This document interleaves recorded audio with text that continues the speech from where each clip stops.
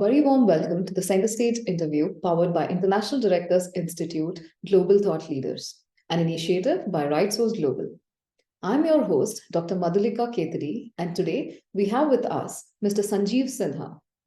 Sanjeev is President IT and Digitization at India Power Corporation Limited and leads all digital initiatives of the company. He's a graduate from IIT, Kharagpur, and an MBA from Georgia State University, USA. He also completed MDP in project management at IIM Calcutta. During his 33 years experience, he has worked in several industries in India and the US. He has been winner of top 100 eminent CIO of India during 2019 to 2022, and he was also awarded Man of Excellence Award in 2022 by India's Achievers Forum. He was also a winner of CIO Crown 2022 award by Center of Recognition and Excellence. Mr. Sinha is also a member of IT Committee of Bengal Chamber of Commerce and Industry, Governing Council at two leading business schools and Council member of CIO Club, Kolkata chapter. Hello, Sanjeev. A very warm welcome to the Center Stage interview. Hi, good morning to you all. Thank you for inviting me. Thank you, Sanjeev. So let's start with your questions. So you've been working in the CIO function for the last 6 years. So please tell us the role of CIO and how it has changed over the years. Thank you for that question. The organization, they need to change to survive, because change is the only constant, as they say. And most of these changes, what I see nowadays, are actually technological in nature. So yes, the CIO's role has changed over the last decade. Gone are the days when CIO was just a technical resource. Today is a completely changed role here. Today, in the age of digital transformation, CIO, he or she is actually the change agent. So he drives the various changes in the business processes too, because business processes also run on digital ways today. So he is the business person also. Bringing in the technological changes alone is not enough. So his job is not done till the digital solution is adopted by the employees or the people. And therefore, he has to be the people person as well. Okay, so he may, for higher adoption, he or she may have to assess training requirements or arrange for digital training for higher adoption. So adoption is, in fact, a very important aspect of his job today. Now, with higher digital penetration, we have higher volume of data to deal with. It gets generated, and then finally it is used. So if you use data, there can be potential cases of misuse of data. And therefore, he has to take care of security of the data as well. So as you see, there are so many aspects in which the CIO has to take care of it nowadays. And it is completely evolved into a completely multidisciplinary and, so many areas that he has to take care and wear so many hats today. So, that's how CIO, I think, has become a critical asset in today's digital world. Thank you so much for, talking about the CIO and the role of CIO. So what makes an organization a data-driven company, and what are the benefits of making one? Sure. So being a data-driven organization means, leveraging the data and the technology to take informed decisions, at all levels in an organization. What used to be earlier a common sense approach is today a data-driven approach, which means you study the data that has got generated and then take the logic from it and then make your decisions there. So which means that it entails collecting, analyzing, and then interpreting this data from all sources in order to develop an understanding. This is while every organization wants to become a data-driven organization, actually, survey has told that only 23% of the organizations are data-driven, though almost all of them would like to become one. So I work in the utility industry, and let me give you an example in power distribution. So we have nowadays a data collection point, and we call that smart meters. The meters are getting replaced with smart meters. These smart meters tend to capture data or generate data at 15-minute interval. And this gives a complete view of the consumer and even the quality of the power that the consumer is getting from the power sources. And this is very useful for the consumer as well as the distribution company to understand what kind of services they are providing. Earlier, this data was unavailable. It was just analog meter where the reading was collected every month just for billing purpose. Today, billing is definitely there. In fact, for billing now, nobody has to go to the meter and collect it. It's collected right from the computer directly. But in addition to that, the consumer's requirements, the quality of power, and the expectations of the consumer, even the consumer can actually see how it is happening. So data collection and usage has completely changed the way a utility customer today looks at it. So that's what makes it a data-driven company from earlier stage when it was nowhere near that. Okay, so customer satisfaction is definitely going up as we bring in more such digital ways like smart meters or let's say IoT devices into the network and make sure that these benefit the consumers. So, Sanjeev, since you've been working in the utility industry, please tell us more about the changes taking place in the industry today. Sure. Actually, power industry is going through a major change, much more than anywhere in the past.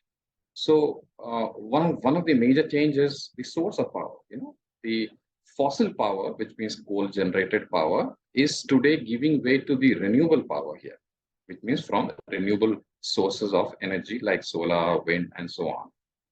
Today, in terms of capacity, about 40% of the power comes from renewable sources. So India's total installed renewable energy capacity has touched 170 gigawatts. And this figure is just as of the last month.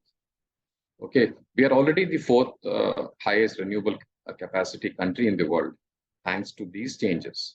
Okay, there are plans to make India carbon neutral by 2070, which is a commitment made in COP26 by our Prime Minister. So the major focus is now on the solar power, since India is blessed with plenty of sunlight.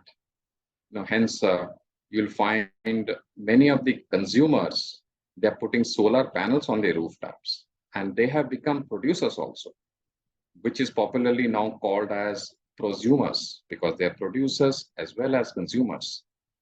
Okay, and the grids are becoming smart grids today as a part of these smart city projects. We have heard so much about smart city projects all throughout the country. So there are various government schemes which are aimed at digitizing the grids, including the consumer end, which is through smart meters. Now, the most common projects are of course, the implementation of smart meters and IoT devices. And currently, the country is, implementing 250 smart meters throughout the country. So that's a large project, the biggest in the world. And this is a huge game changer for the utility industry, I feel. So using smart meters and IoT devices, the various grid areas like distribution transformers and substations are now being monitored for health. So most electricity traffic is now being managed by systems such as SCADA systems, which is the control room monitored kind of a system. So a lot of changes largely driven by technological changes leading to higher customer satisfaction and better control, and I think are leading the industry. Huge changes happening. So now that you've already spoken about, the utility industry, how is the industry transforming itself digitally? Yeah, so I mentioned a few points. The industry has taken some major steps to become data-driven organizations. So not only the organizations, but even the government is pushing them to become more data-driven organizations. And these changes are being seen in almost every power company today. Like the grids are becoming smart, which means that the data from generation, data from transmission and distribution are all coming to a central repository such that the generation knows how much distribution wants, and distribution knows how much is available, and so on. So the gap between demand and supply is quite narrow, thanks to these data availability now. Since many of the consumers have become producers too, there is a need for net metering, which means that you use your power from the distribution company and also produce power and give back to the distribution company. So net units is what you finally consume after giving it there. So all these digital means is possible only through smart meters. So that's another digital step which is being done. Since India has already taken the task of implementing 250 smart meters, million smart meters in this phase in the country, such large number of smart meters is generating a large volume of useful data also. And that is a game changer. And it's already changing the way the distribution companies are serving the customers. Customers have also similar expectations from them, because customers themselves have become very digitally savvy thanks to other industry as well. You can do banking, you can do so many other things using just your mobile phone, and that expectation is there, that even the utility company should serve them in the same way. So I think the usage of this data for betterment of all stakeholders, which is the customers as well as the distribution company, I think is the main key change taking place in the industry today. All right, thank you, Sanjeev. And moving on towards the end of our center stage, how do you see utility of the future? Yeah, so I mentioned that utility is changing, like never in the past. We have seen even the earlier companies, like, for example, the mobile service provider, they have changed, or let's say the aviation industry for that matter. Mobile service provider, what used to give only mobiles, today are provider of landline phones, internet services, digital TV, and so on. Similarly, airline today, they just don't fly you. They also provide cab services, holiday packages, and so on. So if you see this kind of a trend, the utility of the future is also set to change significantly. With privatization in utility sector, government is going for multi-licensee model for many areas. What it means is that in any area, it will be serviced by multiple distribution companies. And we already have that in Mumbai with 2 distribution companies, and Asansol with 3 distribution companies. So that's why this model means that more than one distribution company will serve areas, and hence consumers will have a choice of electricity service to choose from. So that's one major change which is going to happen. And since consumers have become producers in large numbers, the consumer produced electricity will be very high cumulatively. As I mentioned, India is blessed to have a lot of sunlight, and therefore a lot of solar power can be used from here. This is more so in tier 2 and tier 3 cities, and also rural areas where the sunlight exposure is very high. Okay, so many consumers are supplying to the grid, and so many consumers can expect to pay less, because after all, they are giving so much of power to the grid as well. In fact, some will get paid instead of paying, since they produce more than what they consume. So in future, what I see is almost everyone will have smart meters, and net meters will be the norm. So consumers will pay only for those power which they take from the grid. Even the role of distribution companies will change. Instead of just being a distribution company, they will be the enablers of this change. They themselves will provide the smart meters, provide solar panels, they will provide the storage of power, and so on. So also the distribution companies will offer the choice of power. I mean, even if the consumer does not change the distribution company which is giving them, the distribution company themselves will offer the choice of power, meaning fossil power or renewable power. Because many organizations have a target of, percentage consumption of renewable or green energy. So therefore, distribution company will be providing depending on the source that you require, And power distribution will be relatively much more reliable thanks to digital methods which are there to manage reliability. So I think the utility of the future will be quite high technology driven, and it will be a good combination of OT and IT, not just IT. OT is operational technology and IT is information technology to drive these changes. Thank you so much, Sanjeev, for sharing your wonderful thoughts, experiences, and insights, mainly about the utility and the CIO. So, last and final question for you today. Please share us your experience with International Directors Institute, an initiative by RightSource Global, and how it has helped you become a certified independent director. I actually got introduced to this entire role of independent directors through RSG, and I really thank them for that.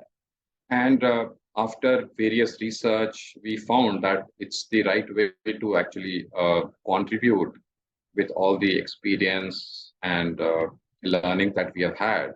And people at my level and age tend to think of contribution, and this was a perfect mechanism in which this contribution could be made.